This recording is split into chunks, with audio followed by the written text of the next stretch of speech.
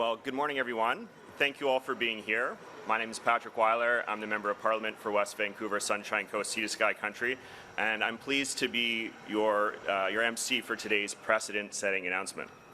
I would like to begin by acknowledging that the land on which we gather is the ancestral and unceded territory, the Coast Salish peoples, in particular the Musqueam, Squamish, and Tsleil-Waututh peoples.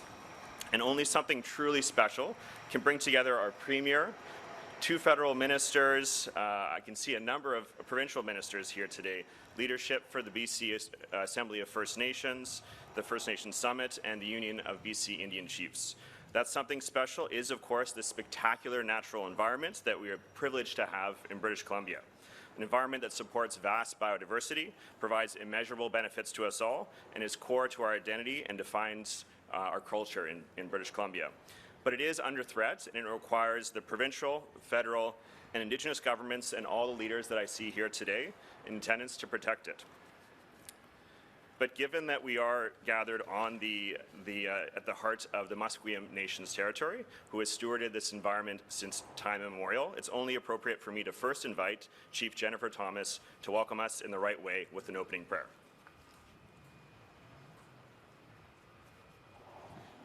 Good morning, everybody.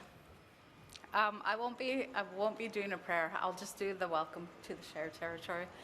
My name is Jen Thomas. I'm the elected chief of Tsleil-Waututh Nation, and I'm very honored to be here with all of you today. I stand before you and I represent on behalf of the three families, Musqueam, Squamish, and Tsleil-Waututh, and I just want to welcome all of you to the shared territory of our three nations. So welcome and have a good day. Thank you very much, Chief Thomas, for welcoming us in the right way. At this point, it is my distinct pleasure to invite the Honourable David Eby, Premier of British Columbia, to deliver his remarks. Thank you, Patrick. Thank you, Chief Jen, for the welcome to the territory on behalf of Tsleil-Waututh and also Musqueam and Squamish. It's great to join all of you here today. A very important and exciting day, an announcement for that will have significance for generations to come in our province. I really want to thank the First Nations Leadership Council, the Summit, the Union of BC Indian Chiefs, the Assembly of First Nations, who worked together with us, with the provincial government and with the federal government to make today's announcement possible. My colleagues that you can't see behind me, Josie Osborne and George Heyman, who were key and involved in this work on the provincial level. So I don't think I have to tell the British Columbians who are here why we love living in this province, why we're so proud of it. You know, it's an incredible place. It's beautiful. The nature, the wild spaces that we have here that are unique in the world.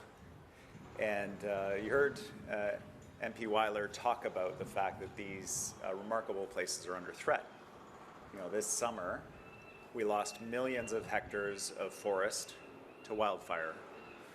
We have had almost 5 years of drought at remarkable levels, and some rivers, including the Cowichan in British Columbia, are literally drying up.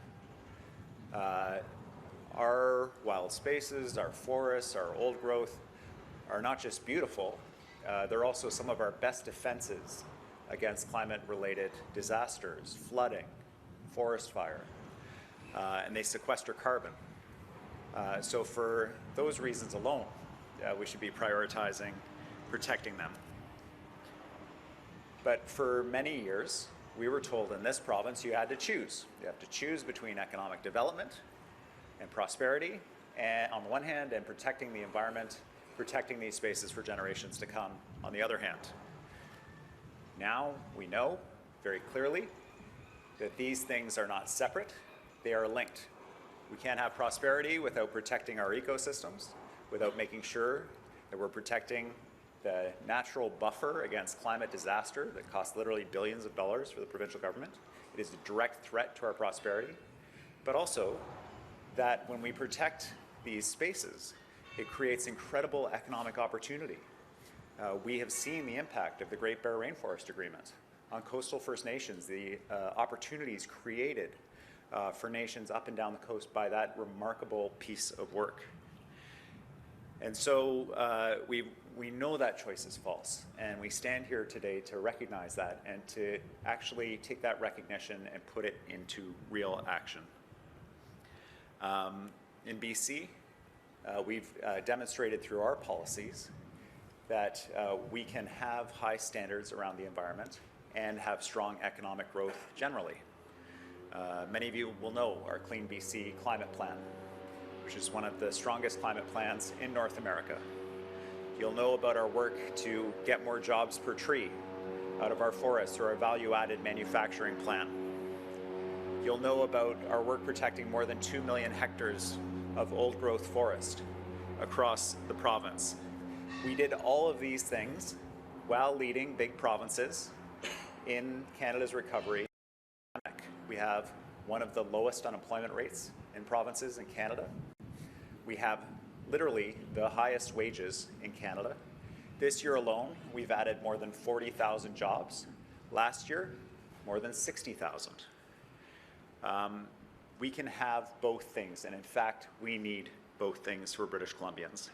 That's why today I'm so proud to announce the signing of this historic nature conservation agreement between First Nations, the provincial government, and the federal government.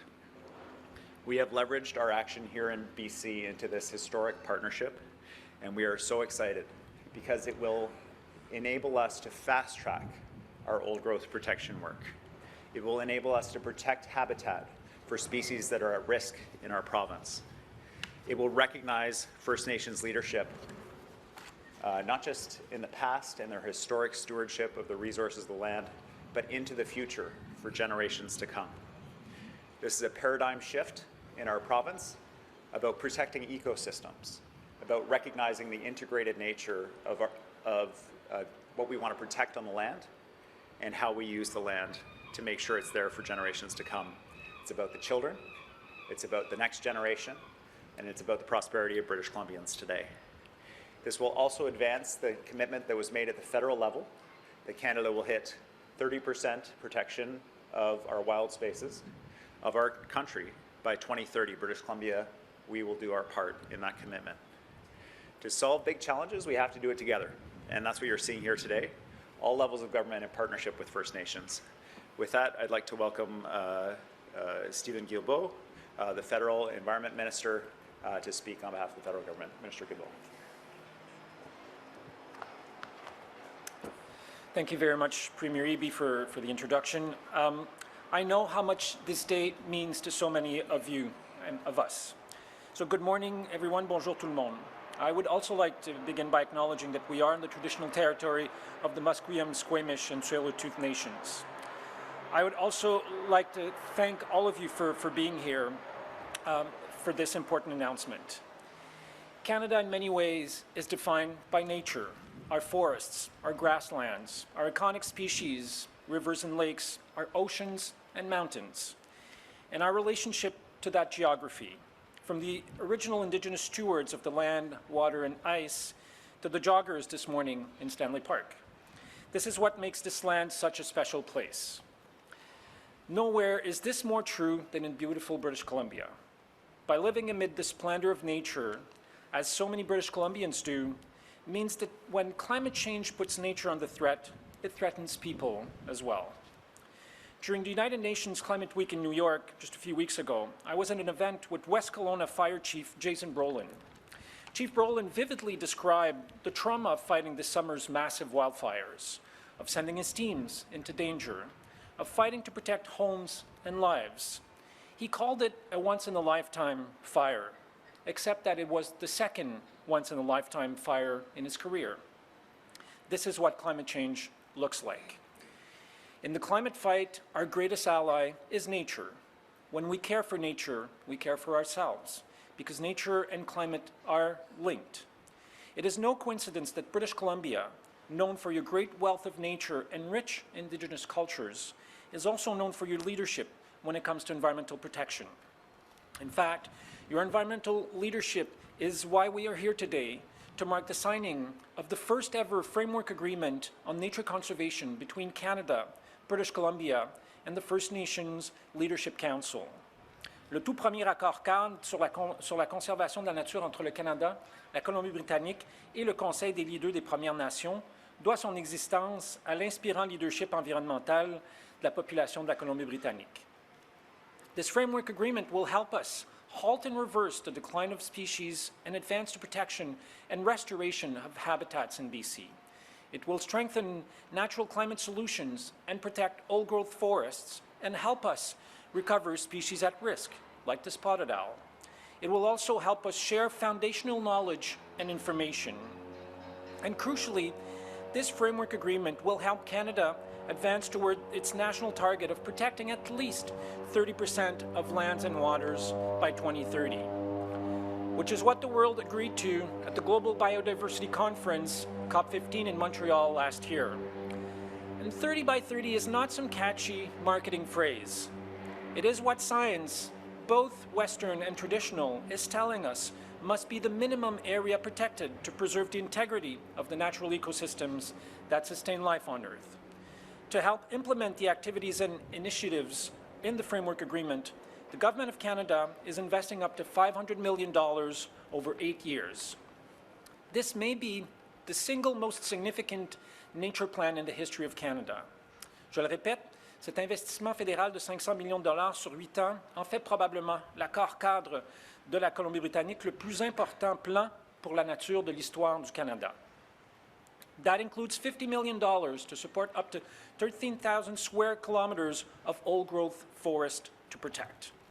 And huge thanks to the province of British Columbia for stepping up and investing $300 million through your conservation finance agreement. In this framework agreement, the governments of Canada and British Columbia are honored to be joined by the First Nations Leadership Council. We cannot do this without this partnership, because it's only by working together in true partnership that respects Indigenous culture, leadership, and knowledge that we will be able to combat the triple crises of climate change, biodiversity loss, and pollution. This is a momentous day for restoring nature, for reconciliation, for respecting one another and our natural environment. I look forward to seeing all that we can accomplish together as we move forward with this framework agreement on nature, which will serve as a model for others in this country and around the world. Thank you. Merci. Merci beaucoup, Monsieur le Ministre. Thank you very much, Minister Guilbeault. At this point, it's my great pleasure to invite to the mic Canada's former Minister of Environment and Climate Change and current Minister of Energy and Natural Resources to give his remarks. Thank you, Patrick, and thank you, Chief Thomas, for the welcome today. And certainly I also want to acknowledge that this event is taking place on the traditional, ancestral, and unceded territories of the Squamish, the Musqueam, and the Tsleil-Waututh First Nations. I want to recognize the presence in the audience of two of my colleagues from Ottawa, Parm Baines and Wilson Miao. And lovely to see you, George and Josie, but I also would like to note the presence, I think, of Bruce Ralston, Minister Ralston, and my good friend Murray Rankin. It is great to be here with you today. As was said, I was the former Minister of Environment and Climate Change and began some of these discussions with my friend George. Certainly, this is an important day for folks who live in British Columbia, and I think an important day for folks who live across the country. I got into politics 8 years ago, largely because of the concern that I had about climate change. But climate change is an enormously important issue, but so are issues around biodiversity loss and the destruction of nature that is happening not just in Canada, but around the world. Today, more than 1 million animal and plant species are at risk of extinction. We know that healthy ecosystems clean our water, they purify our air, they maintain our soil, they help to regulate the climate, they recycle nutrients, and they provide us with food to keep us healthy and sustain our economies. Clearly, in order to protect our future, our planet, we need to take concrete actions now, and we must do so in close collaboration with First Nations, Inuit and Métis people, those who have been the stewards of our lands and waters since time immemorial. Canada has worked over the course of the past number of years with the province and with Indigenous leaders, including the chiefs of the West Moberly and Saulteaux First Nations when we worked to protect southern mountain caribou, and certainly the work that has been done with respect to attempting to address the decline of the spotted owl. This work was deeply important, but we knew that we must go much farther. And that is why today is so exciting. This nature agreement includes elements that will lead to progress in advancing nature protection, land rehabilitation, all across this province. We are taking preventative action to manage the issues that will arise going forward in a manner that is thoughtful and that is strategic, action that will improve the health and well-being, that will build resilient infrastructure, protect and restore nature and biodiversity, and reduce the impacts of climate change. A big part, obviously, is the forest. The world's forests are home to more than 2/3 of all known land species, and Canada has more forested area than nearly any country in the world. These forests are central to our heritage, culture, environment, and economy, and managing them in a sustainable manner will ensure that these benefits are maintained for present and future generations. This is particularly true for BC's old-growth temperate rainforests, ecosystems that store vast amounts of carbon and play an essential role in wildlife habitat and species diversity. And that is why I am very pleased to highlight that of the $500 million included in this agreement, $50 million will be set aside to ensure the identification and protection of up to 13,000 square kilometres of old-growth forest areas across this province. In addition to this, my department, Energy and Natural Resources Canada, will provide an allocation of over $100 million from the 2 Billion Trees program. The planting of these trees will be specifically oriented towards the restoration of vital habitat for species at risk and species of interest. I believe, as my friend Steven Guilbeault said, that nature itself is our greatest tool in the fight against climate change and biodiversity loss. I certainly want to thank all of the First Nations leaders who have come together as part of this agreement. I want to thank Premier Eby and the province of BC for the leadership. I would say that this is indeed a model that can be utilized across this country to help us to advance the nature agenda. And I also just want to say, in particular, I want to thank Minister Heyman, with whom we began this process way back in 2021. And certainly Minister Guilbeault for all of his hard work in helping us to secure this landmark agreement. From the foundational work that we have done to protect species like spotted owl and southern mountain caribou, to today's historic agreement, we are, I think, proving together in collaboration that when governments come together in meaningful collaboration with Indigenous leaders and take the decisive steps needed, we can indeed protect our biodiversity and preserve value ecosystems for future generations. So, thank you very much. Thank you very much, Minister Wilkinson, for your thoughtful words and your commitment, particularly on old growth, nature protection. At this point, it's my distinct pleasure to invite to the mic the Honourable Nathan Cullen, BC's Minister of Land, Water and Resource Stewardship, to give his remarks. Good morning, everyone. I'm Nathan Cullen. I'm the Minister of Water, Lands and Resource Stewardship. I'm also the MLA for Stikeen in beautiful BC's Northwest. It's a pleasure to be here on Squamish, Musqueam, and Tsleil-Waututh territory today. This is a good day. I almost want more federal colleagues to be here because every federal minister that steps up announces more money for our efforts. This is such exceptional work, and work that was entirely made possible with the courageous leadership of the First Nations Leadership Council that brought us together in a tripartite agreement. Work started by colleagues, Josie and George, who are here, supported by our Premier, David Eby, in order to make good on the commitments that we've talked about, of protecting 30% of the land and water in this beautiful province by 2030, which is just around the corner. We know, and it's been said, that BC has the greatest biodiversity of any region in our country. That also means we have the greatest responsibility to protect what we cherish so much. I was reflecting on that Great Bear Rainforest Agreement some 23 years ago.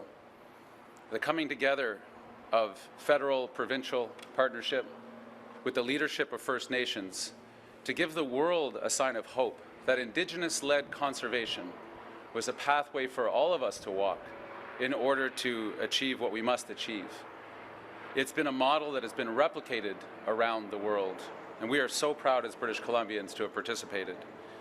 Never before has the provincial and federal government come together with First Nations to lift this amount of resources in the effort to fight against that dual threat of biodiversity loss and climate change. Over $1 billion today to help protect nature, to help lift up communities and economies, to make sure that we leave the place better than we found it. It's often said that if you want to walk fast, you walk alone. But if you want to walk far, you walk together. Today we are walking together, and we will walk far because we have to. This is a day of hope for our province and for our planet, to be able to offer the next generation the sense that nature will be protected, that we will restore the resilience of our watersheds and our lands to be able to sustain us for generations to come. Today is a good day. It's truly an honor to be with you here today among such esteemed colleagues. And again, thank you for the opportunity to be here. Thanks. Well, thank you, Minister. And as you said, we know an agreement like this is only possible if done in partnership with Indigenous peoples, something that the BC and federal governments know, having both implemented UNDRIP into respective laws. And appropriately, it's my honor to next invite the Regional Chief Terry Teague to from the BC Association of First Nations to give his remarks. Thank you, Peter. Deneza, Tsekuza, Skyza. First of all, I want to acknowledge the territory of the Coast Salish people, Musqueam, Squamish, and Tsleil-Waututh. Masai Nodisni. Thank you, Chief Thomas, for welcoming us in this historic agreement. Being Indigenous in a colonial system isn't easy. I think coming to this point of a tripartite agreement was never easy. Next month will be the one-year anniversary when we were approached by the provincial and federal governments to sign and partner on the nature agreement. But with my colleagues, the First Nations Leadership Council, we had to take it back and look at it. What does this mean? And for myself, coming from Egypt, from the Conference of the Parties, and also from the Conference of Biodiversity in Montreal, many of my Indigenous colleagues talked about the goals of 30 by 30, conserving 30% by 2030. And many of our Indigenous brothers and sisters talked about this and stated perhaps it is a good start. Perhaps it is conserving 35% or 40% by 2030. But nevertheless, the goals are out there internationally, and it was adopted by Canada and British Columbia. And we were brought on board in terms of discussing this with our chiefs, our leaders, to talk about what does this mean? What does conservation mean in terms of an Indigenous perspective? And as knowledge keeper, the late Dr. Sophie Thomas from SICAS stated, take care of the land and the land will take care of you. We are Yinka Dene. We are people of the earth. We come from the earth and we'll go back to the earth. So really, I think this is part of a historic moment in time that was never easy in terms of getting here, but we are here. We are in partnership with the province of BC and the federal government in terms of the nature agreement. We've experienced this past year unprecedented drought, unprecedented wildfire season in Canada's history and the province's history. And certainly a part of that is conserving biodiverse areas in our respective territories and in British Columbia. So as we come to agreement with this nature agreement and come to discuss how this would roll out over the next several years, I think it's really important to know and understand that resources will be brought forward. But I think fundamentally, we need to be a part of the decision-making process. We need to be a part, especially as the federal and provincial governments have adopted the United Nations Declaration of Rights of Indigenous Peoples. We need to be a part of the decisions that are being made in our territories, in our province, and our respective territories that we have never ceded. So with that being said, I just want to thank you all and recognize this historic moment in time. Masaina, Masaicho.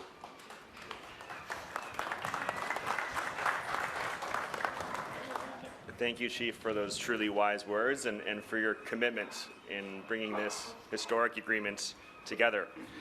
Next, it's my great pleasure to invite Mr. Robert Phillips from the First Nations Summit to provide his remarks. Okay. I too give acknowledgements of Tsleil-Waututh, Musqueam, Squamish, and thank you, Chief Thomas, for the welcoming. Very much appreciated. I sit here with my colleagues, the ministers, the Premier, and as well, over 40 nations are in British Columbia. Nations, the original inhabitants of this land. And for the last 150 years especially, and throughout North America, over 500 years, I think, here we are to this point where we have to correct the wrongs of the colonial system that was already mentioned. And you know, the big question everybody has to ask is why? Why are we here? You know, we see Lytton burning down. We've seen what happened in the Shuswap and the Okanagan. We've seen Samathatsa, which is Sumas Lake, return to the Fraser Valley and the Stalo lands. We've seen all of this. So now we've come to a point where it's a tripartite agreement.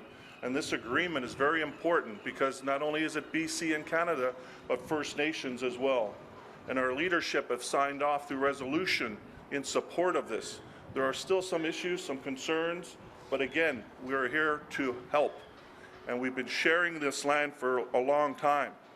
We need that voice. First Nations need that voice, but as well, we need that decision making to help because the land, Mother Earth, is screaming. You know, when you have grizzly bears walking through town and we all just shrug it off. When we have animals and running through the forest because it's burning down, screaming, literally screaming. And I think now is the time to protect the lands, the waters, and the resources. We have to go out onto the lands, and we need to think of ways to do that. And I know we have a Guardian program that needs to be enhanced. We need our people out on the land, looking and protecting, actually there. They're there now already, but under capacity and underfunded. So I think we also have to listen to our elders.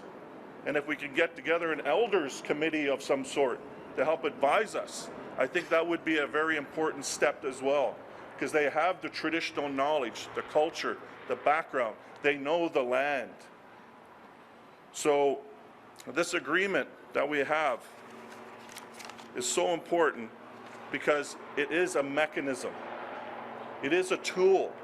Yesterday, I was calling for action, and this is a big part of that action, to get this job done, to protect the land and the resources. And I just can't help but think that as we sit here right now, people are not in their homes. There's animals that are looking for a place, a safe place. And if we do this 30 by 30 or 50 by 50, whatever it takes, First Nations will be there, we will be helping, and we are in a place now where we're coming together. And I remind the federal and provincial government, this is a tripartite agreement. So any decision making that happens, come to the table, meet with our chiefs and council, hereditary, and I think we can get together and make that happen. Kuksjam.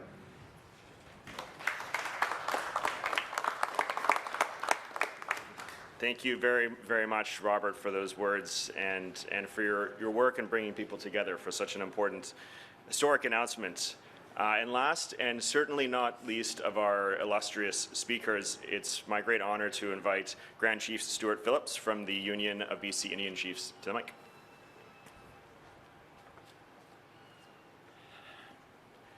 I think I'm the only one that the microphone fits. Why? Pisnaksil, Esquis Asiut. Good day, my friends and relatives. My traditional name is Asiut. And I just want to share an observation about how special this day is. When Minister Nathan Cullen spoke, the clouds parted and the sun came out. So that bodes well for the work we're doing here.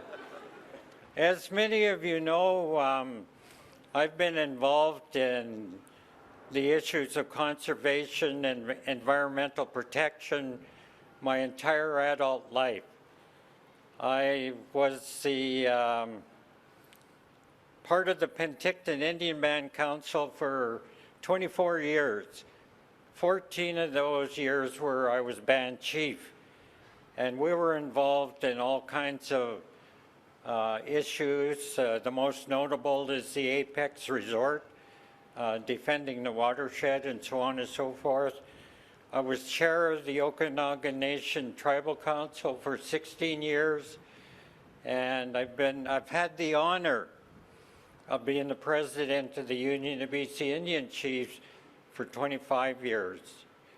And I've committed my entire life, along with my wife Joan, to fight for the rights of Indigenous peoples and defending the land and what the land represents. As Indigenous people, we are taught from the time we're small children, look after the land and the land will look after you. And that's a fundamental part of our value system, which in many ways is diametrically opposed to the colonial notions of the land representing a basket of commodities to take to the market. This is an amazing agreement that we have achieved, and I believe it's a special moment in time that we are learning about and celebrating here this morning. At the end of the day, Chief Seattle said in the 1800s that we do not own the land, we simply borrow it from our future generations. And nothing is more true than that statement. We have a sacred duty to do our utmost to protect the land, to nurture the land, and this agreement serves that purpose. What I like about the agreement is it's tripartite. Robert Phillips has been preaching government to government for as long as I can remember, and that's what we have here today. We may run into issues and problems along the way, but we'll work through that because that's what it takes to achieve success. And I have 15 grandchildren, and I love my grandchildren, and I worry about their future every single day, about what the future holds for them. And I never thought that, you know, I would stand here and talk about an agreement like this when I spent my whole life on the front lines. I was in Mr. Wilkinson's office a couple of years ago occupying it. You know, so this feels right. This feels right because it is right. It's the right thing to do for our grandchildren and future generations. We have a lot of reparations and restoration work with the devastating destruction of the climate crisis. It's a collective responsibility. So I thank you all for being here. The number of people and the people that are here is an indication this is important work. Just as I close, I want to recognize Chief James Hobart, who is here, who has spent all his time and energy fighting for the survival of the spotted owl. Why? Oh, Tsleil-Waututh. I want to acknowledge Tsleil-Waututh. Tsleil-Waututh has been very good to me. Joan, my wife, is from Tsleil-Waututh. And so that was a good trade. And I just love Jen, the chief of Tsleil-Waututh. White limit.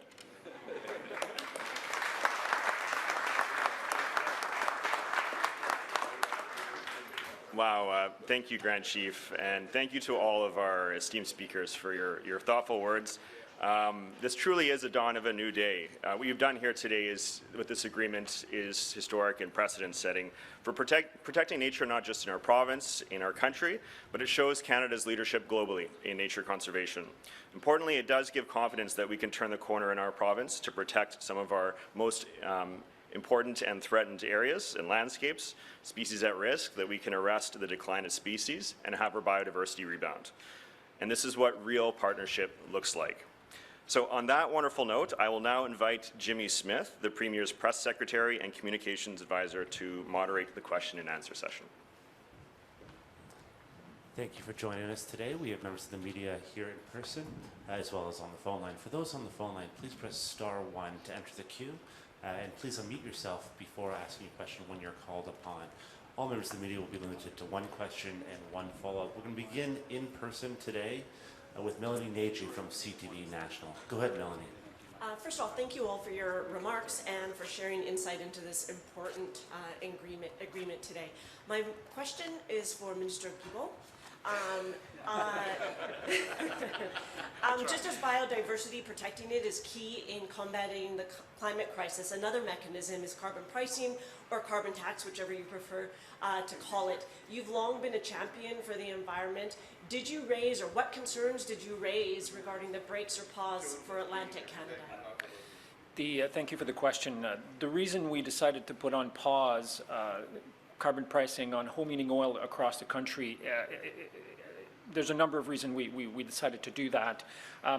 The theory of carbon pricing is basically you use it as a tool to change behavior. And what we realized is that for many Canadians, certainly low-income Canadians who are using home heating oil, they couldn't go, they had no alternatives, which is why we decided to pause and aggressively pursue a program, one of the most ambitious programs in the world, to replace home heating oil, which is 2 to 3 times more expensive than other fuels to heat your home, and where we've seen price increase of up to 75%, 3 times what we've seen for natural gas, for example, and pursue a program to replace those inefficient, polluting, and costly home heating oil system with heat pumps.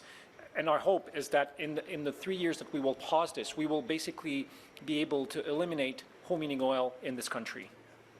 Melanie, do you have a follow-up question? But now you have the NDP supporting the Conservative motion, and provinces across the country saying, well, we too would want to pause.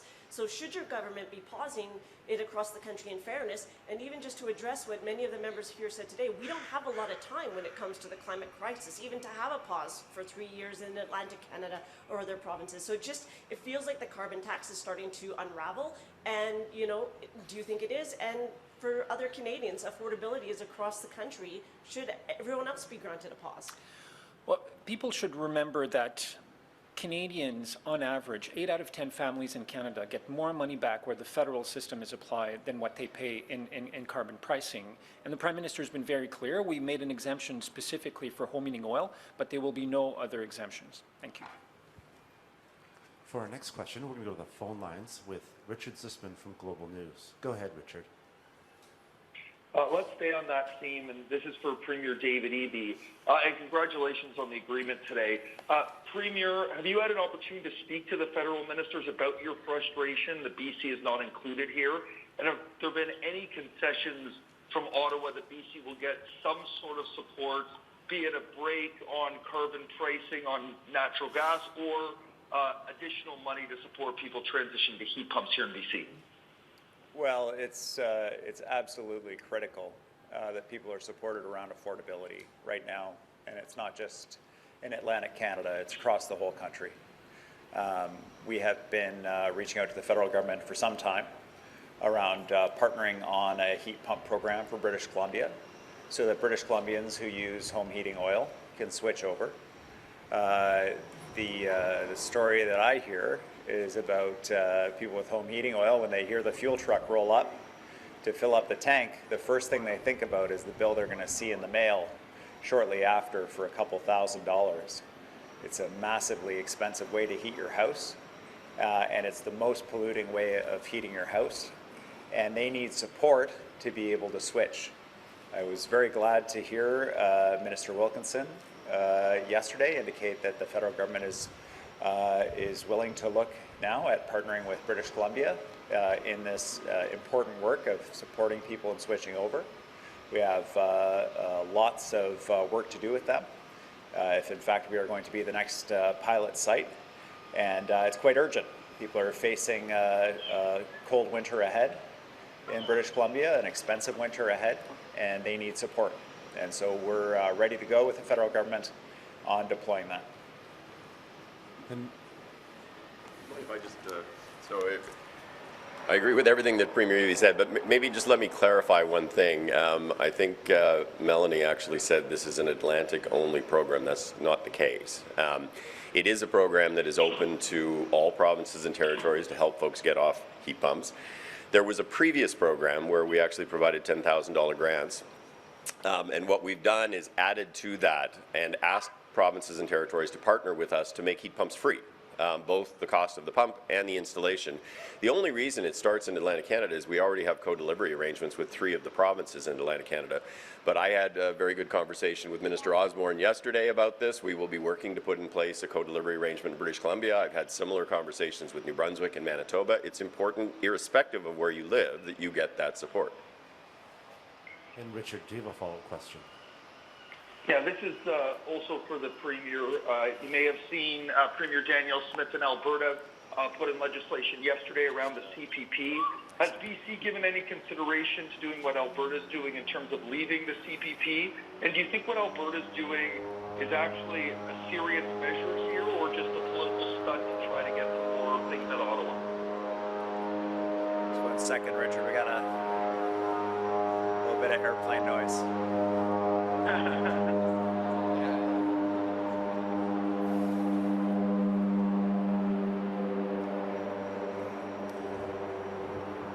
Thanks, Richard.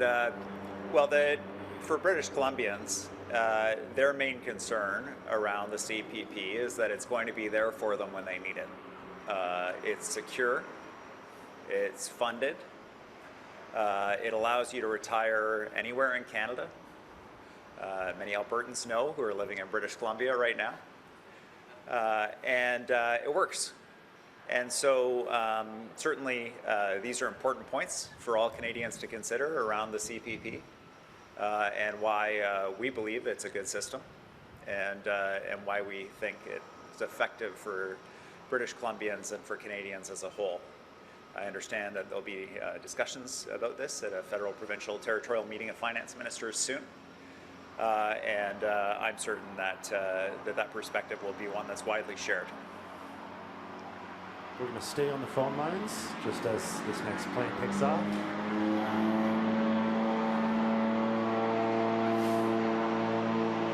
My next question.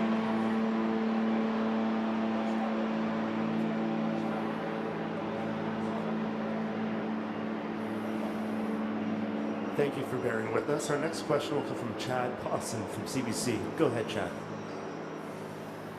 Yeah, thank you.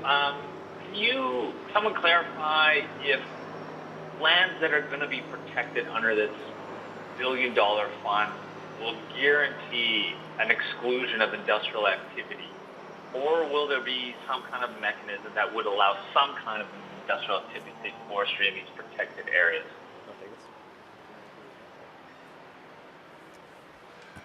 Thanks for the question. So what we've learned through various conservation agreements that have already been established, Indigenous-led conservation, is that we've evolved our thinking to incorporate fundamentally the rights of Indigenous peoples, as Chief TG said, as law both here in BC and Canada. We know that adaptive management requires us to think of conservation in a new and important way, given the changing environment in which we live. Indigenous-led conservation under this program will be, as was rightly said by many of our speakers today, conversation between ourselves, the rights and title holders, First Nations in this province, in partnership with the federal government. There will be modified activities, but we certainly know that the conservation efforts in terms of protecting the biodiversity that's at risk, and also, as Grand Chief said, building back, recovering back nature that has been damaged either from climate change or industrial activity over many generations in some cases, will be part of conservation efforts that we will use this fund for. It will also support the Guardian programs, Indigenous and traditional knowledge, as well as the Western science that we want to bring to bear to make conservation lasting and durable for those future generations that we've all spoken about. And Chad, do you have a follow-up question? Yeah, the announcement today, thank you, talked about the $50 million old growth protection fund that the federal government announced in the spring of 2021. Has that money been spent, or has it just been sitting waiting to be developed with the nature agreement? I guess I'm curious about how that money could have been used earlier to protect old growth. Maybe it has. Yeah, thank you, Chad. So there have been a number of deferrals of old growth and protected areas that have been very important in terms of protecting species at risk, spotted owl, and some other concerns that we had. While we were negotiating this tripartite agreement with our partners, we were also announcing on the province's side other funds and dispersing funds for conservation. We weren't waiting essentially until this agreement was finally signed, as it is being done today.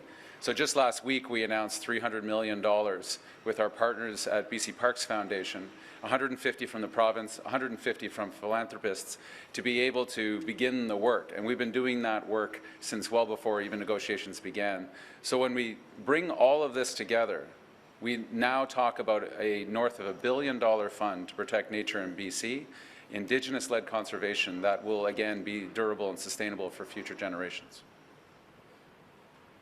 We're going to stay on the phone line for the next question with Wolf Deppner from Black Press. Go ahead, Wolf. Yeah, thank you for taking my question. That's appreciated.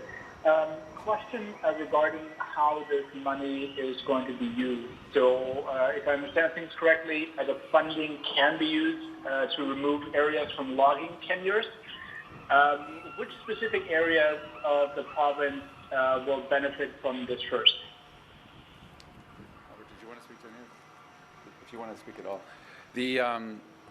Because this is Indigenous-led conservation, here we are at the First Nations Leadership Gathering, and today, yesterday, tomorrow, and for the long while now, nations have been approaching the province with projects in mind, conservation efforts in mind. And as Robert said, too often times the programs that nations have been running have been under-resourced, underfunded for those Guardian works, for the deferrals, for old growth in some cases, and for other efforts that nations are looking to make.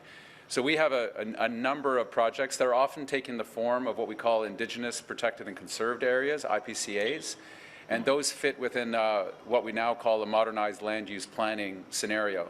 We work with the nation on a government-to-government basis, rights and title holders with the Crown, with the province, and then have a parallel process for the larger community that may be impacted to talk about how we'll have adaptive management and make sure that the communities stay whole. So we have a long list. I am not concerned, frankly, from my perspective, in terms of the interests of many First Nations. I'm looking at a number of them that have joined us today that have already done the work, both in marine and land planning, for conservation, and have great ambitions for more.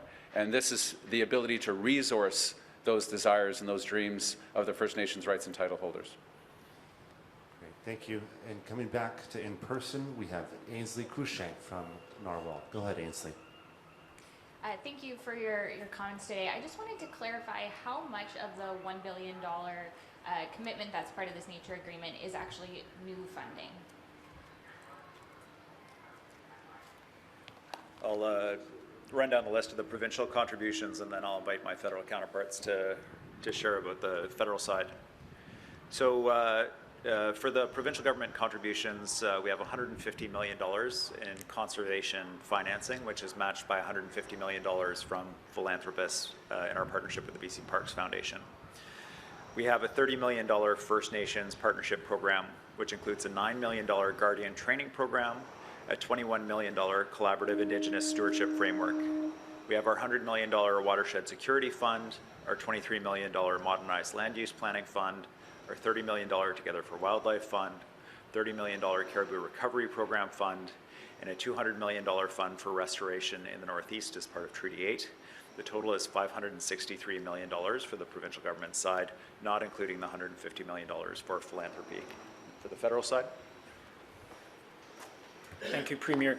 So of the $500 million announced by the federal government, $80 million has already been started to be deployed since 2021.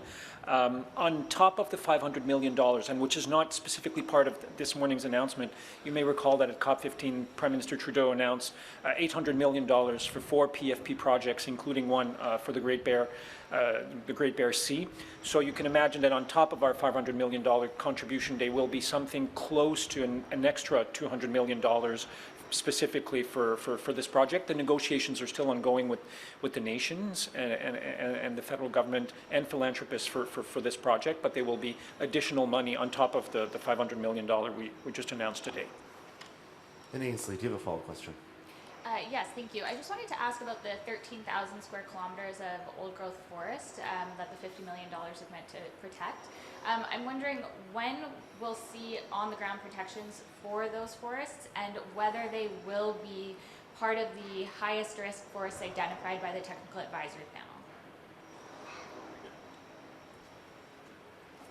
Thank you for the question. The identification of that particularly high risk and identified old growth forest is part of the work that we do with First Nations and the federal government. The resourcing that Minister Wilkinson talked about today is essential because we know we have the backstop to be able to do it. We want to walk stepwise with the rights and title holders to make sure that the protections are happening in the right place at the right time in the right way. We as the provincial government have also announced a $38 million LiDAR program to map the entire province in a much more sophisticated way to identify from tree tip to bottom the health of the forests and where the old growth exists in a much more sophisticated way than we've ever done as a province. We know that the inventory of trees, particularly old growth trees, has been part of the work. We've already set aside 2.4 million hectares, which is the most in the province's history. But we know getting to the granular level, the level you're talking about, the landscape level, stand by stand, is the next work that we have to do. But we're going to do it in partnership with First Nations. Having the resources to then be able to do those deferrals is essential because it makes the commitment much more real. Oh. If I may, there is $50 million that's specifically earmarked for old growth, but of the rest of the envelope, obviously more money through the tripartite agreement could flow also to old growth protection. So no one should think of the $50 million as a ceiling. I think it's a floor. Thank you. We have time for one more question. We'll go to Camille Verdette from Radio-Canada. Go ahead, Camille. Bonjour, ma question est en français. Donc on parle de protection de forêts anciennes. Désolée, la question a déjà été posée un peu en anglais, mais est-ce qu'on sait exactement à quel endroit elles seront protégées et à partir de quel moment? Parce qu'on a vu avec les moratoires qu'on continue de couper malgré ça. Donc quand est-ce qu'on peut s'attendre à une réelle protection de ces forêts anciennes? C'est une bonne question et comme j'ai dit en anglais, c'est comme en ce moment, en 2,4 millions d'hectares qui sont protégés maintenant. On a d'autres areas, endroits qui sont très importants par rapport à ça et on va planifier ça avec les Premières Nations et notre partnership avec le gouvernement fédéral. Donc on a l'opportunité maintenant pour identifier plus spécifiquement quelle area extra identifier ensemble, entre nous, pour protéger la forêt. On a beaucoup de travail à faire en respect de ça parce qu'avant, l'information n'existait pas exactement chaque forêt par forêt. Donc, le travail existe maintenant. On a beaucoup de plans pour annoncer dans l'avenir, dans quelques semaines. On va avoir plusieurs de protections par rapport à ça. Donc, attends un peu, c'est quelque chose tellement important à faire ensemble qu'on a dit qu'on cet accord d'aujourd'hui. Si je peux ajouter à ce que Nathan vient de dire, le but de cette entente tripartite, c'est de définir ensemble quelles seront les zones supplémentaires qui seront protégées. Avec le 50 millions de dollars qui est spécifique aux forêts anciennes, nous allons ajouter 13 000 km² de forêts anciennes protégées. Mais comme je le disais tout à l'heure en anglais, ce 50 millions de dollars-là, ce n'est pas un plafond, c'est un plancher. Alors, du reste de l'enveloppe de presque $1 milliard qui est annoncé par le gouvernement de la Colombie-Britannique et le gouvernement fédéral, il pourrait y avoir encore plus d'argent qui va être spécifiquement dédié à la protection des forêts anciennes. And Cammy, do you have a follow-up question? Oui, et par contre, on n'a pas encore défini ces zones, si j'ai bien compris. On ne sait pas encore exactement où elles seront, mais on va le savoir bientôt. Et aussi, je voudrais savoir en quoi ce plan, en quoi il va respecter les droits et quel sera le rôle des Premières Nations en tant que gardiens de la nature. Est-ce qu'on a vraiment défini aussi les paramètres ou est-ce que c'est encore en cours? Le but de l'entente qui est annoncée ce matin, c'est vraiment de faire en sorte que les décisions soient prises par l'ensemble des partenaires, donc les Premières Nations de la Colombie-Britannique, le gouvernement de la Colombie-Britannique et le gouvernement fédéral. Il y a 10 ans, il y a 20 ans, la Colombie-Britannique et le fédéral auraient dit, bon, mais voici les zones où on va aller. Il y aurait eu peu ou pas de consultation avec les Premières Nations, alors que là, ils vont faire partie intégrante du processus de décision. Donc, il ne pourra pas y avoir un projet qui pourrait être décidé sans que ce soit fait dans le cadre de l'entente tripartite avec les trois partenaires autour de la table. And that's all the time we have for today. Thank you so much for joining us.